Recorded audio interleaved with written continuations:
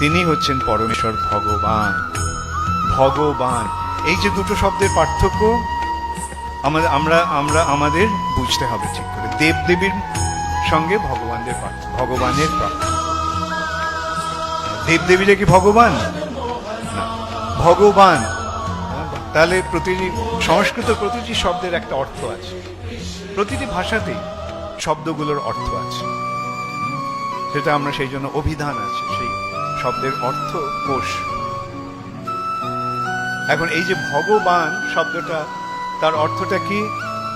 যেমন আমরা কাকে বলি বলবান, কাকে আমরা বলি বলবান? যার বল আছে। কাকে আমরা বলি ধনবান? যার ধন আছে। কাকে আমরা বলি রূপবান? যার রূপ আছে। তাহলে কাকে আমরা বলবো ভগবান? Very good. এখন ভগ শব্দটার অর্থ কি? হ্যাঁ, আপনারা অনেকেই নিশ্চয়ই জানেন, তবু আমি এটা বলছি। ভগ শব্দটার অর্থ হচ্ছে যার মধ্যে 6টি গুণ পূর্ণরূপে রয়েছে। সেই 6টি গুণ কি কি? সমগ্র ঐশ্বর্য। সমগ্র ঐশ্বর্য মানে যত জগতে যত ধন সম্পদ আছে সবকিছুর মালিক হচ্ছেন তিনি। ঐশ্বর্যস্য, সমগ্রস্য। বীর্যস্য, বীর্য মানে হচ্ছে শক্তি। এই সমস্ত শক্তি কার আছে? সর্বশক্তিমান কে? এই সমগ্র ঐশ্বর্য, সমগ্র বীর্য, সমগ্র যশ, সমগ্র সৌন্দর্য, সমগ্র জ্ঞান এবং সমগ্র বৈরাগ্য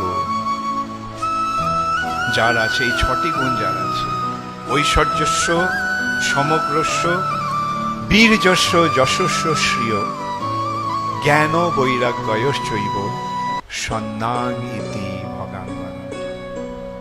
এমন কাউকে আমরা জানি যে বলতে পারে অন্তত সারা সমগ্র ঐশ্বর্য তার আছে? না। সমগ্র বীর্য তার আছে? না। সমগ্র যশ, সমগ্র শ্রী, সমগ্র জ্ঞান, সমগ্র বৈরাগ্য। একজনকে আমরা দেখতে পাই যার মধ্যে একটা গুণও পূর্ণরূপে রয়েছে, কিন্তু এই 6টি গুণ যার মধ্যে পূর্ণরূপে রয়েছে তিনি হচ্ছেন ভগবান। মানে ভগ শব্দটা হচ্ছে এই সমগ্র রূপে এই 6টি গুণ এবং যার আছে তিনি হচ্ছেন ভগবান। তাহলে আমরা তো এরকম কাউকে চিনি না, কিন্তু আমাদের শাস্ত্রে বলছে যে তিনি হচ্ছেন একম এবং অদ্বিতীয় পরম পুরুষ। তিনি হচ্ছেন এক এবং অদ্বিতীয় পরম পুরুষ, পরম পুরুষ, পরম ঈশ্বর। তিনি হচ্ছেন ভগবান। যেমন ভগবত গীতাতে অর্জুন কি বলছেন? অর্জুন বলছেন পরব্রহ্ম পরম ধাম পবিত্রং পরমং ভবান। কৃষ্ণকে বলছেন আপনি হচ্ছেন সমগ্র ব্রহ্মের অধিষ্ঠাতা, পরম ব্রহ্ম, সমস্ত ব্রহ্মের যে উৎস, সেই পরম ব্রহ্ম হচ্ছেন আপনি। পরম ধাম, সকলের পরম আশ্রয় তিনি। আপনি পরম পবিত্র, পবিত্রং পরমং দিব্যং পুরুষং দিব্যং। আর তারপরে তিনি কি বলছেন? এইভাবে বর্ণনা করার পরে অর্জুন কি বলছেন? যে এই কথাগুলো আমি কেবল বলছি না, আহুস্তং ঋষয় সর্বে, সমস্ত ঋষিরা যারা তত্ত্বদ্রষ্টা তারাও এই কথাটি বলেছেন। আহুস্তং বলেছেন এই কথা, ঋষয় সর্বে, সমস্ত ঋষি এবং দেবর্ষি, নারদ, ব্যাস, অসিত, দেবল, ব্যাস, নারদ, ব্যাস, দেবল, অসিত, এই সমস্ত মহাপ্রাজ্ঞ মুনি ঋষিরা সেই কথা বলেছেন। এবং স্বয়ং চৈব প্রবেশিনী, এবং সেই কথাটি আপনি নিজেই এখন বলছেন। অর্থাৎ ভগবানকে যদি জানতে হয় তাহলে ভগবত গীতার মাধ্যমে জানতে হবে। ভগবত গীতা যদি আমরা যথাযথভাবে যথার্থ শিক্ষার মাধ্যমে যদি আমরা উপলব্ধি করতে পারি তাহলে এগুলো সমস্ত সরলভাবে জানা হয়ে যায়। এই কথা দেব দেবীর পার্থক্য ভগবত গীতাতে কৃষ্ণ বারবার বলে গেছে। জানতি দেবব্রতা দেবান, যারা দেবদেবীদের পূজা করে তারা দেবতাদের লোকে যাবে, স্বর্গলোকে যাবে। জানতি দেবব্রতা দেবান, পিতৃন জান্ত্রী পিতৃব্রতা, যারা পিতৃদের পূজা করে তারা পিতৃলোকে যাবে।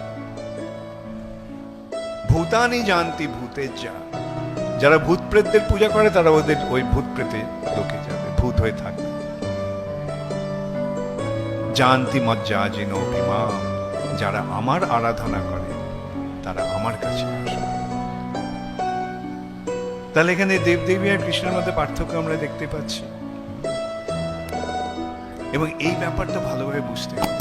তাহলে এই পরিপ্রেক্ষিতে যদি আমরা দেখি, তাহলে হিন্দু ধর্ম অনুসারে বা বেদের নির্দেশ অনুসারে পরমেশ্বর ভগবান কজন? একজন। তাহলে কেন আমরা বলছি এই হিন্দু ধর্ম বহু ঈশ্বরবাদ? যথার্থ জ্ঞান নেই। মূল কথাটা হচ্ছে তারা আমাদের শাস্ত্র পড়েনি বা বোঝেনি। শাস্ত্র পড়েছে অনেক, ওদের সমস্ত হাজার হাজার শ্লোক কণ্ঠস্থ,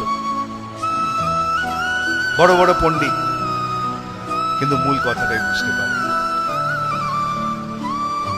কেন? কেন উপযুক্ত শিক্ষকের কাছে তারা শিক্ষা প্রাপ্ত হয়নি। যে নিজে জানে না সে অন্যকে কি বোঝাবে?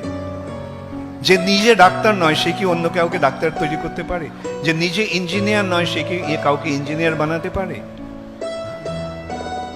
তাই তত্ত্বজ্ঞানটি লাভ করতে হলে আমাদেরকে যথার্থ শিক্ষকের মাধ্যমে শিক্ষা লাভ করতে হবে।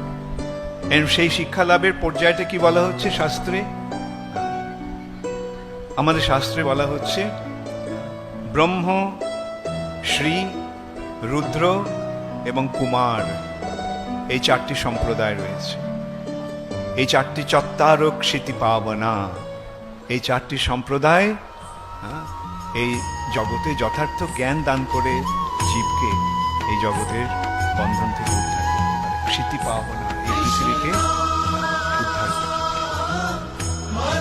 ব্রহ্ম সম্প্রদায় সৃষ্টির আদিতে ভগবান ব্রহ্মাকে এবং ব্রহ্মা থেকে সেই সম্প্রদায় আসছে। ব্রহ্মা থেকে নারদ, ব্যাস, মধ্বাচার্য, চৈতন্য মহাপ্রভু। শ্রী সম্প্রদায় লক্ষ্মী দেবী থেকে আসছে। লক্ষ্মী দেবী এই গানটি দান তত্ত্ব। রুদ্র সম্প্রদায় মহাদেব এই জ্ঞানটি দান করেন, রুদ্র সম্প্রদায়। এবং চতুর্শন সনক, সনাতন, সনন্দন, সনত কুমার, এরা যে জ্ঞানটি দান করলেন সেটা হচ্ছে কুমার সম্প্রদায়। কলিযুগের প্রভাবে এই জ্ঞানটি কলুষিত হয়েছিল বা নষ্ট হয়ে গিয়েছিল। সকালে নেহ মহতা যোগ নষ্ট পড়ন্ত, যেমন ভগবান অর্জুনকে বললেন যে এই দিব্য জ্ঞানটি যেটি আমি প্রথমে বিবর্ষণকে দিয়েছিলাম, সেই জ্ঞানটি কালক্রমে কালের প্রভাবে সকালে নেহ, এই যে মহত জ্ঞান, সকালে নেহ মহতা যোগ নষ্ট পড়ন্ত, তাই এই জ্ঞানটি আমি তোমাকে তোমার মাধ্যমে দান করছি। ভক্ত কেন? তোমার যোগ্যতাটা কি? ভক্ত সীমে সখাচি রহস্য। জ্ঞানটা নষ্ট হয়ে গিয়েছিল, কিন্তু এই জ্ঞানটি আবার পুনঃস্থাপন করছে। কালে সময়ের প্রভাবে কালক্রমে এটা হয়, জ্ঞানটা নষ্ট হয়ে যায় এবং তখন এই জ্ঞানটি আবার ভগবানেরই প্রভাবে, ভগবানেরই কৃপায় এই জ্ঞানটি আবার তার প্রবর্তন, সংশোধন। কলিযুগের প্রভাবে এই জ্ঞান নষ্ট হয়ে গিয়েছিল, তাই চারটি সম্প্রদায়ে চারজন সম্প্রদায় আচার্য এসে এই জ্ঞানটিকে আবার পুনঃস্থাপন করে। ব্রহ্ম সম্প্রদায়কে সংশোধন করে হারিয়ে গিয়েছিল জ্ঞানটা, সেই জ্ঞানটাকে আবার পুনঃস্থাপন করলেন মধ্বাচার্য। শ্রী সম্প্রদায় এলেন রামানুজাচার্য। রুদ্র সম্প্রদায়ে এলেন বিষ্ণুশ্যাম এবং কুমার সম্প্রদায়ে এলেন নিম্বার্কাচার্য। এই চারজন সম্প্রদায় আচার্য এসে তাদের সম্প্রদায়গুলি পুনঃপ্রতিষ্ঠা করলেন। তাই এই সম্প্রদায়গুলো কি বলা হচ্ছে? ব্রহ্ম মধ্য সম্প্রদায়। আর এই সম্প্রদায়ে শ্রী চৈতন্য মহাপ্রভু আবির্ভূত হয়ে একটা অপূর্ব সমন্বয় সৃষ্টি করলেন। এই চারটি সম্প্রদায়ের যে মতবাদ, সেই মতবাদ নিয়ে সংঘাত হচ্ছিল। সংঘাতটা কিরকম হচ্ছিল?